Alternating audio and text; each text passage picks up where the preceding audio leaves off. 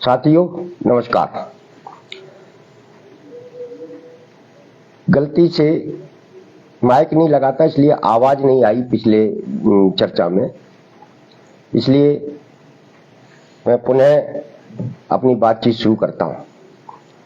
हम मध्य प्रदेश का आउटसोर्स आंदोलन, प्रदेश के 10-12 लाख आउटसोर्स अस्थायी ठेका अंशकालीन कर्मचारियों को एकजुट करने में सफल हुआ है।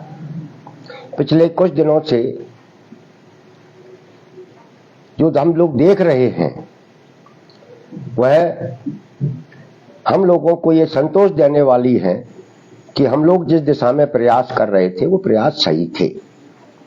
ग्वालियर के अंदर आउटसोर्स कर्मचारियों ने नगर निगम के महापौर और अधिकारियों को गाड़ियों को रोक लिया, घेर के रखा इस बात के लिए कि आउटसोर्स को खत्म किया जाए। रीवा में मेडिकल कॉलेज के आउटसोर्स कर्मचारियों ने हड़ताल की। कल छिंदवाड़ा में भी मेडिकल कॉलेज के आउटसोर्स कर्मचारियों ने कॉलेज में ताला डाल दिया। दूसरी जगह पीएचई के आउटसोर्स कर्मचारी, अस्थायी कर्मचारी हैं जो वो शपथ ले रहे हैं कि इस अन्यायकारी कल्चर को समाप्त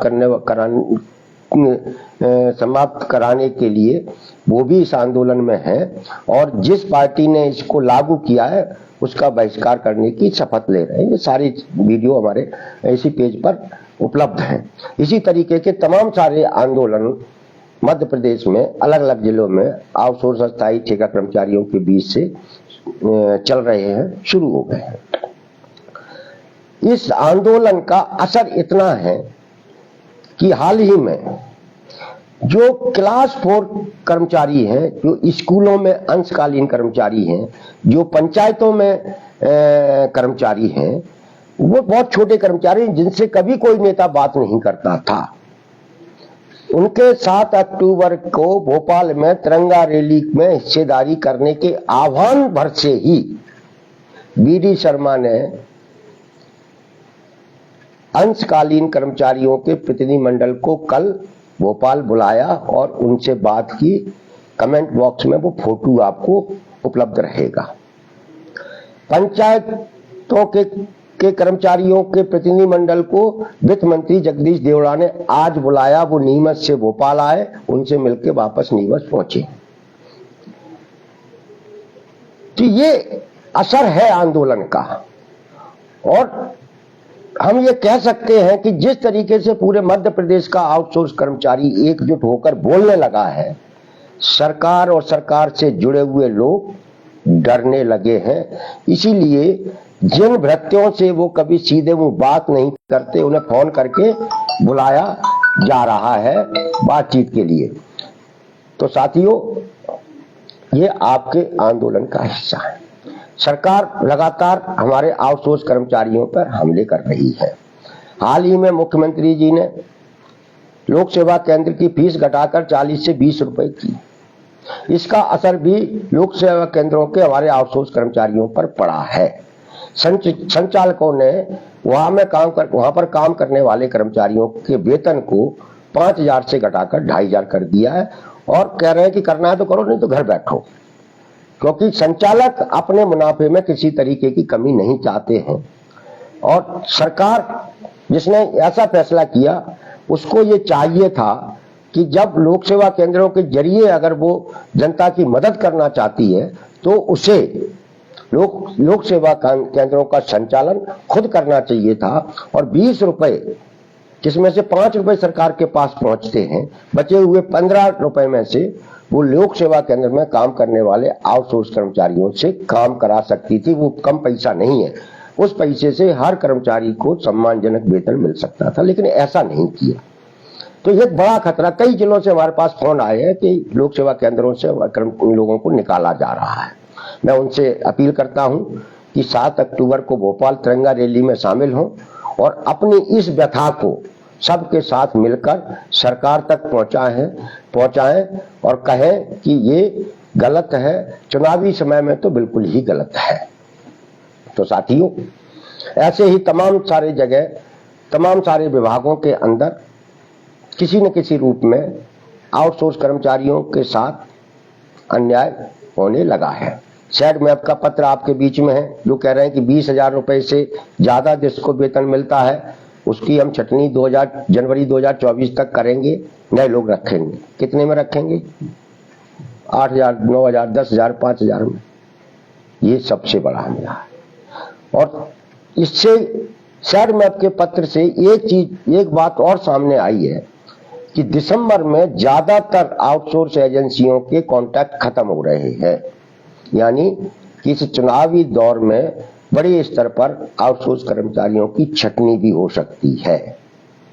अभी मेडिकल कॉलेजों में आउटसोर्स एजेंसी बदली इजरायल करके 4-5 जिलों में आई है, उसने वेतन भी कम किए हैं, कर्मचारियों को प्रताड़ित करना भी शुरू किया है। इसी तरीके से आउटसोर्स एजेंसियां भी बड़े स्तर पर बदली जाएंगी, जो अपने हिसाब से लोगों को रखेंगी और तो पहले से जो काम कर रहे हैं उनके ऊपर निश्चित रूप से संकट है।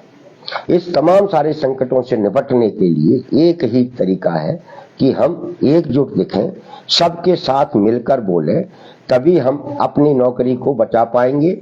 और जो हमारे आंदोलन का लक्ष्य है कि विभागों में संविलियन, नौकरी में सुरक्षा, सम्मानजनक वेतन, यह हम तभी पा पाएंगे। मैं आज अपने एमपीवी के आउटसोर्स कर्मचारियों से भी ये अपील करूंगा कि आप के साथ भी बहुत बड़ा अन्याय हुआ है। आपने हड़ताल की तो नौकरियों से निकाल दिया गया। आप अभी भी स्थितियां कोई अच्छी नहीं है। आप भी 7 अक्टूबर को भोपाल आए और सबके साथ तिरंगा आक्रोश रैली का हिस्सा बने।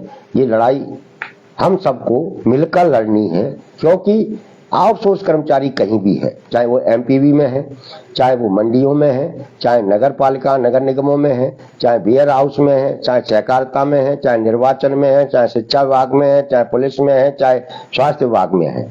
सारे आउटसोर्स कर्मचारियों की एक ही समस्या है, वो समस्या है जॉब सिक्योरिटी की, नौकरी में सुरक्षा और सम्मानजनक वेतन की। और ये तभी संभव है जब सरकार आउटसोर्स पे कोई पॉलिसी बनाए।